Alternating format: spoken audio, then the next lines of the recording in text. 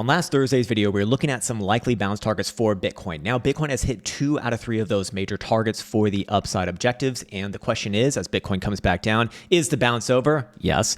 And 2, where will I be buying for my long-term baggies? So first things first, let's actually go over what those bounce targets were. It's based primarily off of the HPDR setup and also the MetaSignal setup right here. And we'll just go over the MetaSignal setup because it's super simplistic. And target number 1 and target number 2 were hit with flying colors. That was 105,300 and 106 respectively. Target number 3 at just below 109 looks like it's probably not going to be hit before Bitcoin plays out a little bit of a downside move here. Anyways, I do want to acknowledge that this is the newest algo version of the MetaSignals service, which is the 3.0 right here. And I do also want to let you know that they're actually going to stop offering their NFT relatively soon. I think that's coming up within the next few months. So just a little bit of an insider information right there. If you're interested in their lifetime service, well, this is going to be, these next couple months are going to be the only times to really even get access to that. Of course, based off of the HPDR as well, we did see the median hit on yesterday and today's video. So ultimately that has also been fulfilled as well. And yeah, downside, is a coming here. So let's go over some daily price statistics, and let me get my notes out and flying around on the back end over here. Damn it, got so many fucking emails in my background. Very annoying. But you know what? It's all for a good purpose. We are looking at some cars. Anyways, can't be an American without having a damn car, and also a rather big car at that. Anyways, yeah. So Tuesday is one of the more likely days to close negatively out of any of the weekdays. In fact, it is the second most likely to close negatively day out of any day since this bull market began in 2023. And I do believe that today is it's a great day for exactly that, in fact. And if we are going off of the average gains and the average losses for Tuesdays based upon, positive or negative closures, we can already see that the bottom side of that band would have already been hit at the average loss of about 104,100, which was a 1.77% reduction from open. Anyways, you have already seen the short-term bounce attempt from there. Very small bounce attempt, yes, indeed. But it was a few $100s, I believe, or somewhere from about 104.1 to 104.5, 104.6, something like that. A scalpable bounce, but nothing, nothing to write home about. But again, if you're consistent with those over time, they can certainly add up. So I do want to be offering this up again as an edge to the more experienced traders, because this can be very valuable if you do want to be a little bit more of an active short-term time frame scalper, because you almost get one of these plays each and every day. It's beautiful, man. It's beautiful. You can even kind of interpret the top side, or basically the high of today, as a test of the top side of that average gain for positive closing Tuesdays. That was about 108,100. Obviously, Bitcoin didn't get exactly there, got 107,500-ish region, but in this case, close enough is close enough, I do suppose. Anyways, as Bitcoin does come down here, the real question is, how far down are we likely to go, and are there setups for lower? And indeed there are. So let me, where is my, yes, there it is. Okay, beautiful. Yeah, so let's get right into it here. So as we move forwards, I do want to acknowledge that Bitcoin, as of right now, is in danger of losing that white 200 simple moving average on the daily time frame. Not necessarily a good thing, but as we'll be going over, I don't think that there's that much downside from this particular move. I actually do not think that there's that much more downside, to be honest with you. But can Bitcoin come back down and test around these lows? Yeah, absolutely. In fact, because we do have some setups that we'll be going over in just a moment here. But first, before we get into that, I do want to acknowledge there are multiple drives of hidden bearish divergence on your lower term time frames. This is your 4-hour time frame, your 6-hour time frame has it as well. And so these are good technical signals for, another range move basically back down to the lows of what was last week. On top of this, one of our major setups over here was that 5-day on CME, the red moving average and the yellow moving average crossing yet again. We've seen this many times throughout this current cycle and in cycles prior as well. In fact, this is the full history of CME. And anytime that we've seen that moving average cross over to the downside, there's been a minimum test down to the green moving average every fucking time. Sometimes it doesn't happen, immediately after that. Sometimes it takes, 15, 20 days, but it does happen. And so this was one of my major concerns with yesterday's sort of bounce, in that, look, until we actually fulfill this test down to that green moving average at minimum, that's always going to be a magnet for price action. I'm not going to go get something that has been basically 100% hit rate. Again, this is not a good trading setup. I want to be super clear about this. This would not be a good trading setup. Maybe maybe you could build something around this perhaps, but ultimately this is for directional bias analysis on YouTube. And yes, as Bitcoin does essentially sell off of the test of that red 5 EMA at 107,500, it does really look like things want to come back down and fulfill that $99,000 target or so. So I do think that is very likely to get hit probably within this next, 3 to 8 day spread. Maybe it takes a little bit more than that. Maybe it takes a little bit less than that. But whatever it is, I would be looking for price to find its way somewhere down around there at least before there's any sort of real potential low being formed for Bitcoin here.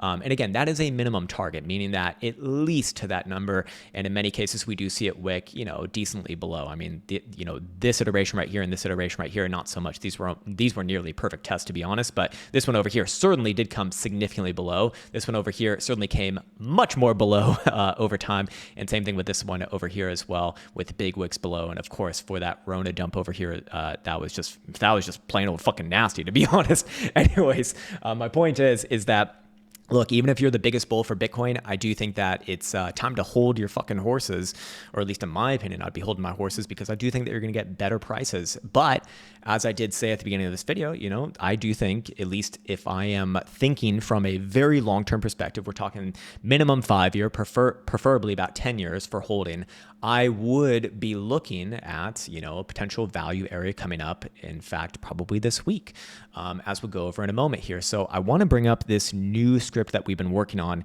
I think we're going to release it to the public soon, maybe at the end of this week if we're lucky, but it's probably looking a little bit more like next week, to be honest. But anyways, this script is programmable to align many different technical indications to fire off confluently for basically long-term buy value areas and also sell value areas as well. But this one is going to be a little more of an aggressive dip buyer, if you will. That's at least what I've called it right now. And again, you can configure this however aggressive you want or however conservative you want. But in this case, we actually are starting to get some signals right here. And all of the major dips within this current cycle have come with these signals on the low. So basically what I'm trying to say is that I do think that this is a value area actually already, while I do think that things probably come a little bit lower, and maybe you can get a little bit cuter and get some better prices. Ultimately, this area right here, if you're thinking, 10 years down the road or even 5 years down the road, it's probably fine. Again, if you are the kind of person who needs that liquidity now, I need money now, give me money now, then, well, this is not fucking for you. Like, don't this is probably not a good, short-term buy area. It could very well be that the cycle is over as well. I mean, there are some technical indications that certainly do suggest that. So you might be living underwater for a long time. But again, if you're very, very long-term minded, generally buying when this thing fires off is going to be good long-term value areas. So yeah, that has fired off, and I will be looking to add to my long-term baggies, the old baggies, coming up here soon. So yeah, that's pretty much it for me. Ultimately, this is all to say, short-term bounce very obviously over, and targets lower. And until these targets are fulfilled, I really would not be looking for any sort of like major massive reversal for Bitcoin, like not even a potential of that. And also going onwards and forwards from here, we do have a really, really, really, really, really good and obvious area to be managing Bitcoin's quote unquote bullishness from. And I would go as far to say, as long as Bitcoin is below this swing high here, the bull trap at 116,500 US dollars, be expecting more correction and some sideways and down. If and when Bitcoin does reclaim this last lower high here, or I guess it's actually two lower highs ago now at 116.5, then yes, I would say, hey, this thing is ready. It's going to be sideways and up. Get ready for new all-time high. Cycle not over. Yada yada. It's going to be good. Long your fucking longs and herp your fucking derps, or you probably shouldn't long your longs, to be honest, man. But yeah, anyways, my point would be is that's just general upside. Until then, it's still sideways, downside, and corrective. Like I said, if you're long-term, value type of person, I don't hate this area, for full perspective. Again, we've already seen about a 22% decline from the high, which has been pretty consistent with this current cycle as far as corrections do go, to be fair. Comparing it to this correction over here, this was about 33%, but that was among the bigger ones that we've seen throughout this cycle. Before that, we saw a few in 2024, for reference here, we had another 30% correction right there, right here. here we had what? We had about a 25% correction. Okay, a little bit more close to what we've seen thus far. This one over here about 23% correction. Okay, very close to what we've seen already. This one over here about 22% correction, pretty much bang on the money with our current correction. And this one over here 22.5%, and this one over here another, I'm going to already tell you, it's 21 or almost 21% right there as well. So, you know, if you are a bull and you don't think that the cycle is over, anywhere around this region, I do think between, let's call it, you know, mid 90s to 99,000 bucks, probably fine, you know, if that is your perspective. I'm not necessarily of that perspective right now. I'm not willing to call the cycle over, nor am I willing to call the cycle as very obviously continuing to new all-time highs here. I'm very agnostic at this point. But when I'm putting on my long-term investor hat, I do think, okay, yeah, you know, this is fine probably if I'm going to be holding for the next 10 years. Again, if you're short-term, probably not going to be a great do, but keep that in mind. Other than that, maybe let's go very quickly over the short-term here. Let's see what would be a good short-term bias buster. And we have a very, very obvious one right now. So that last 4-hour lower high, which is about 108 almost on CME here. It's 107,900 according to the price action pivot, which I've been loving recently, by the way. It just keeps those biases very, very nice and tidy. Anyways, as long as you're below there, you know, it's going to be sideways and down, probably hits that 5-day target.